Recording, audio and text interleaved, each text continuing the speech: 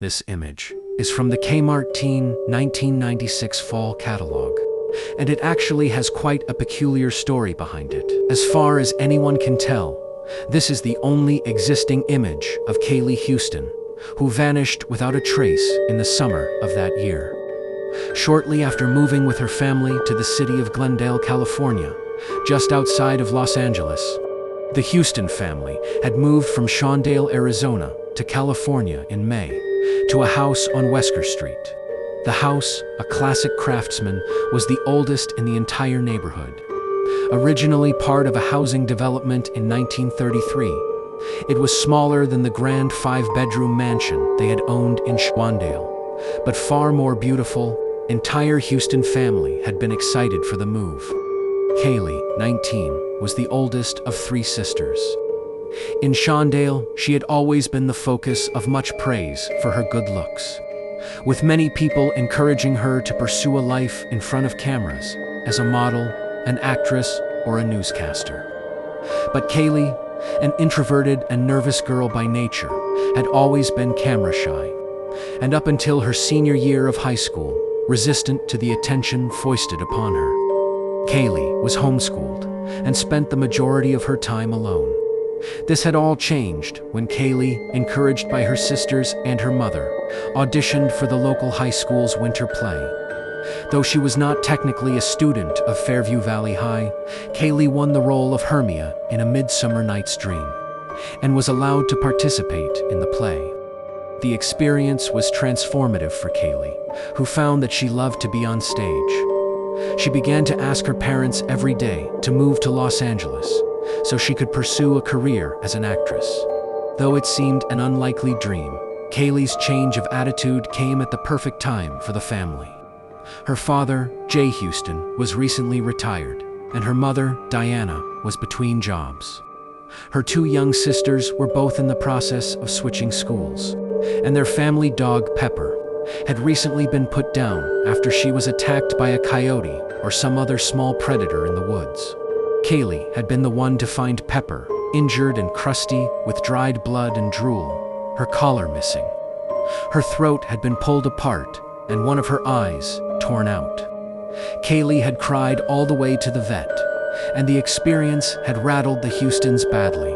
Kaylee's new ambitions towards California were a welcome change of pace, one that would guide the family to a new beginning, and the decision was made to go west. The move itself had been frustrating.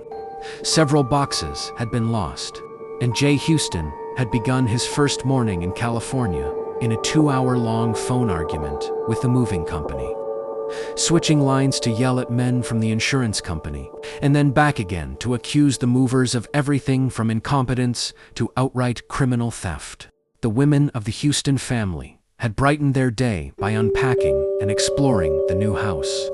It had come unfurnished, other than a single landline telephone in a hallway downstairs between the kitchen and the living room. It was, in fact, on this phone, that first evening, that a single call had come through. Kaylee had answered it on instinct, though the Houston family's phone service had yet to be set up. The call had been short, and when she hung up, Kaylee said it had been a wrong number or some kind of prank. Kaylee said that the connection had been bad and choppy, and that she had only understood part of what the caller was saying, though Kaylee attempted to move on from the conversation. The call had clearly upset her, and her mother pressed for more information. Kaylee said that the only thing she'd heard was a very soft, very quiet voice, possibly a man, but gentle and near a whisper, repeating a phrase again and again. When Kaylee's mother later spoke to the police, she couldn't remember the phrase, word for word, but said it had been something like, "I'm reaching for you. I'm reaching for you with my little fingers." In the following weeks, the Houston girls had registered for the local school districts, and Kaylee had gone out to meet with several commercial modeling agencies her mother had found in the yellow pages. Most of them were the kind of one-stop shops that were common in Los Angeles at the time. Photography studios with an agency or management arm attached, working directly with brands and catalogs. Kaylee did a single shoot with an agency called Tori Michelle Model Factory. In it, she wore new Kmart teen apparel, with the common practice being to photograph several dozen models and then send their photos in large batches to the distributor for them to pick and choose. Kaylee was thrilled by the shoot and felt emboldened, making fast friends with several other young models in the waiting room. Making plans to visit a local mall, the Glendale Galleria, that evening. Diana Houston, excited to see her daughter's newfound outgoing attitude in action, allowed her daughter to go out unchaperoned. But ultimately, Kaylee's anxiety got the better of her, and she stayed in, playing board games with her family. It was at 3 a.m. that evening that the family was awoken by the sound of a dog barking from outside. When Jay Houston went outside to check, he found a small red collar, torn apart and stained with blood, left on the front porch under one of the lawn chairs. This sparked a debate within the family. The parents believed that the collar must have been dropped and discarded during the move, and its discovery now was a coincidence. Kaylee's two sisters, both young, speculated that it could have been a coincidence. But Kaylee herself was certain that this was Pepper's collar, the same collar that had been missing when she'd found Pepper, staggering torn apart onto the front lawn several months ago. Things became more complicated when Kaylee, in an effort to prove her point, attempted to locate a picture of Pepper. It was rapidly discovered that one of the boxes that had gone missing in the move was the one containing all of the Houston family's framed family photographs, and another containing all of their photo albums. This meant, in short, that there was no picture of Pepper to be found, no evidence of the dog ever having existed within the family at all. Pepper had, in effect, vanished without a trace, leaving behind only an illustration by one of the younger girls in her journal. This reinvigorated Jay Houston's anger at the movers and the insurance company, and the mystery of the barking dog and the torn red collar was slowly forgotten as the family struggled to get back to sleep.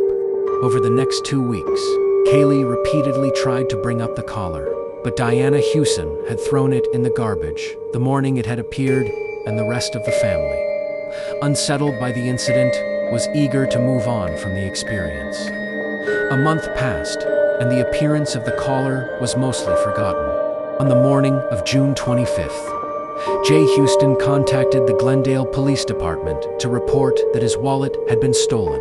That evening, while walking home a long-awaited hangout with her new Los Angeles friends, Kaylee Houston disappeared and was never seen again. She was last seen leaving a Burger King on Brand Avenue at 6:35 p.m., headed back home to meet up with her younger sisters to see a movie. There are reports of a girl matching Kaylee's description, walking quickly, looking upset and anxious, from several eyewitnesses, but none of them could confirm that it was her.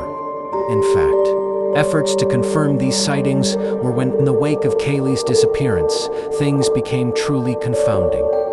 Glendale police and the LAPD, as was common practice, asked for a photograph with which to identify Kaylee, only for the Houstons too, with some degree of consternation, realized that they could not supply even a single photograph of their daughter. Homeschooled Kaylee had no yearbook photographs. The entirety of family pictures from vacations and holidays had been lost in the move, and the single portrait that Jay Houston had kept with him at all times had gone missing the previous morning. Inside his stolen wallet, the Houstons, confused and upset, contacted Tori Michelle Model Factory, asking after the photographs from Kaylee's Kmart shoot. They were informed, to their great distress, that the negatives and only existing copies of the photographs had been mailed to the Kmart headquarters in Illinois 2 weeks prior.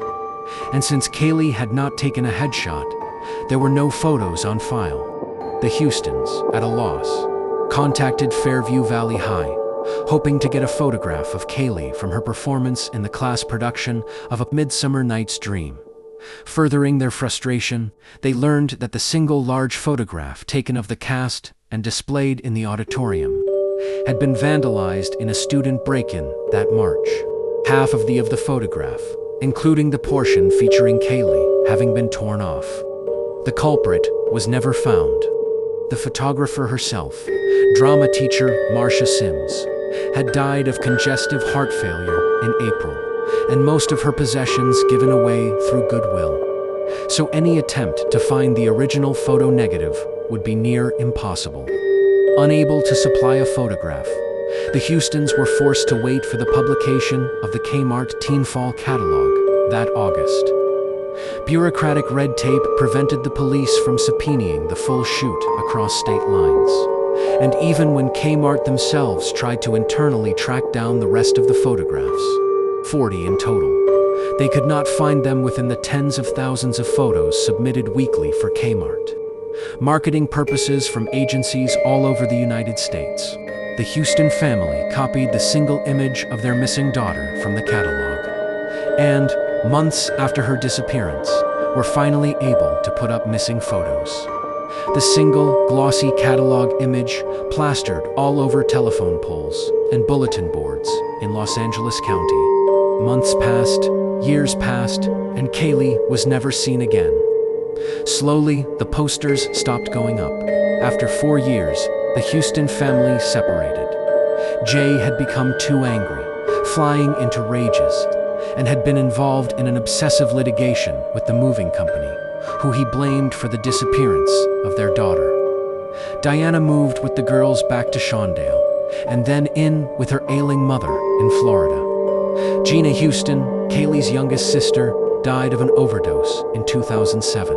Paula, the middle child, now takes care of Diana, who fell ill with Alzheimer's in 2010. Sometimes, late at night, Diana will mistake Paula for Kaylee, and can often be found in the front yard of their Tampa, Florida home, calling out for their dog, Pepper. The 40 original photographs of Kaylee have never been found. In November of 2013, a break-in was reported at the home of Andrew Michel, son of Tori Michel, and now the owner of the still operational Tori Michel Model Factory. At first, it appeared to be an intentional robbery, but the type of damage reported was more in line with a small animal, with something having torn apart dozens of old files in his storage unit. Nothing was reported stolen. To this day, Andrew, Michelle, and the LAPD assume it was a raccoon. Now, with the liquidation and closing of Kmart stores throughout the country, and the collapse of the brand, one can only assume that those photographs and their negatives will have to be moved out of storage somewhere.